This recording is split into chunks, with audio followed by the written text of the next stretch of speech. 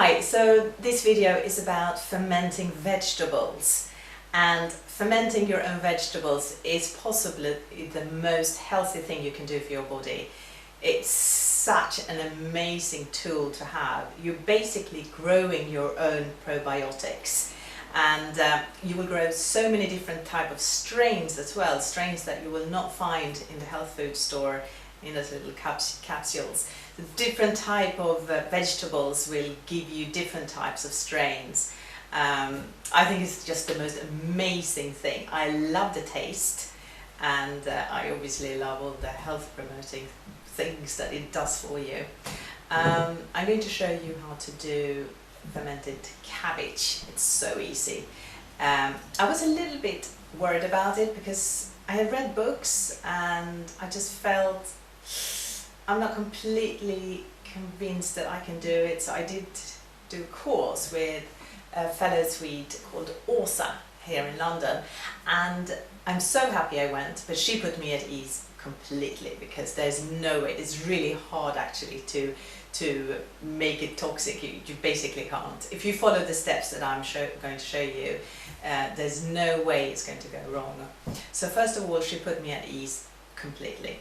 And secondly, I learned so much more. We did kombucha, we did kefir water, we did fermented nut cheeses, we made this amazing cheesecake from the fermented nuts. It was just unbelievable. So I'm so happy I went. I'm going to put her details on the blog, so if you fancy going, because I can highly recommend it. So I'm going to use a red cabbage, a whole red cabbage, and about maybe a fourth of cauliflower and some dill, and I'm just going to mix that all together. The cauliflower is completely optional. I just like to have different texture in my fermented veg pot. So you also need salt. I love to use Himalayan crystal salt because of all the minerals in there. You can use sea salt as well, but do not use table salt. You need to have a scale because you need to figure out how much salt you need. So you need to weigh the vegetables you're going to use, and for every kilo you need 15 grams of salt. That's about 1 to 2 tablespoons of salt. And you need chopping board and a knife and a Kilner jar. So this one I have first washed in the machine, and then I sterilized it in the oven, 190 degrees for about sort of 15 minutes, just so it's completely clean. And you also need a big bowl to mix it all in. So first of all, you need to take out some of the big leaves from the outer side of the cabbage, because you're going to use them. So a few of those to put aside.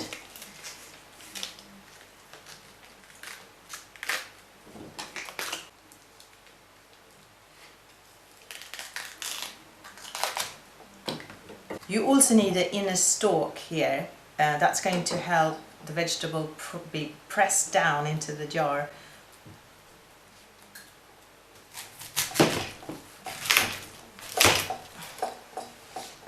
Things. You shouldn't.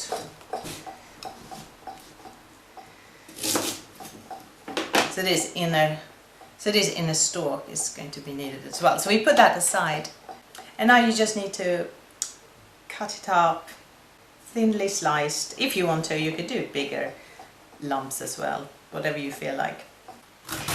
Since I did the course, I do this all the time. I get very twitchy if I don't have fermented vegetables at home.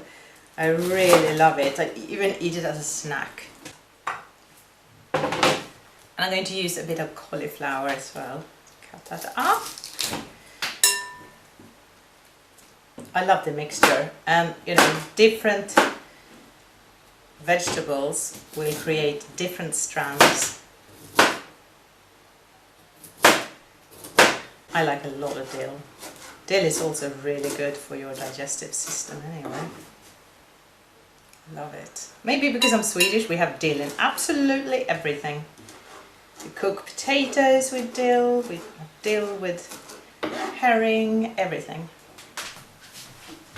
So after the salt is put in, you're now going to massage the vegetables until the water comes out.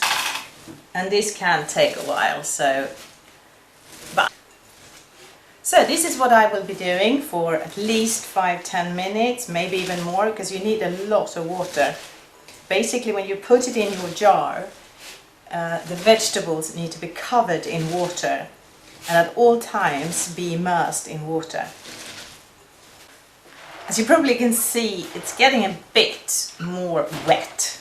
It's not there yet, but as I was standing there letting my thoughts drift, I thought it would possibly be a really good idea to have like a mantra or something as you do this, because then you put that energy in to this amazing food, and food works on all levels.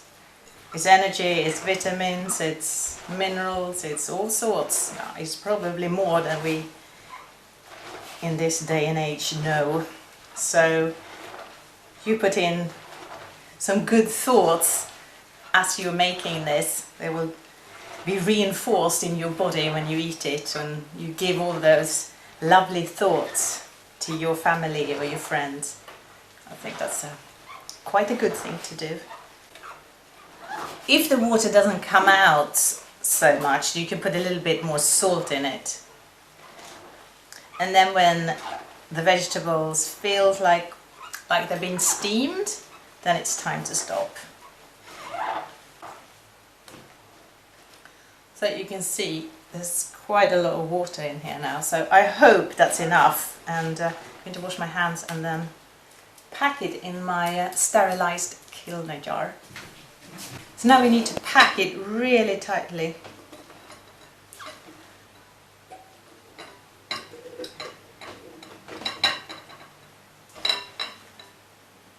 And don't do it all the way up, because it might expand.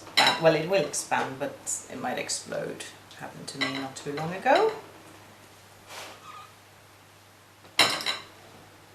You see, the water comes straight up.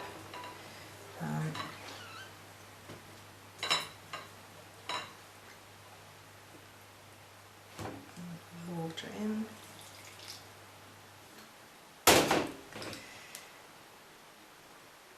See, the water comes all the way up, and this is now when we need its leaves, because we put them like a lid down here to really press down the cabbage. So the cabbage is always covered by water, and then the process can begin. And then on top you put this in to really hold it down, so when you close the lid presses down, and there we go.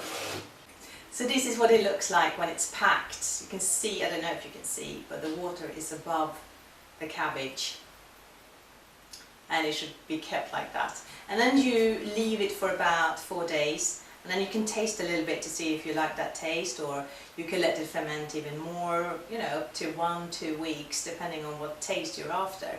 Now when it's hot, we've got a heat wave in London, it's going to go quite quickly, but in the winter it will go a little bit slower. So when you taste, use a wooden or a plastic spoon, because a metal one would interfere with the process.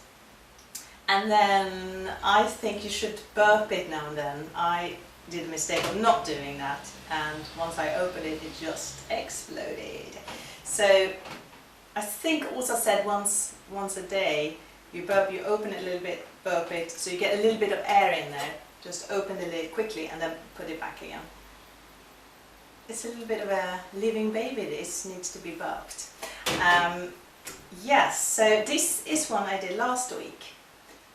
Obviously with white cabbage, because I didn't have any red, and I just keep it in the fridge. I take out all the leaves, all that little stem thing, and then I normally put it in another jar in the fridge, because when you put it in the fridge, the fermenting process stops, and then you can keep it in there for months and months on end. I've never done that because I eat it too quickly, because I love it, but you can.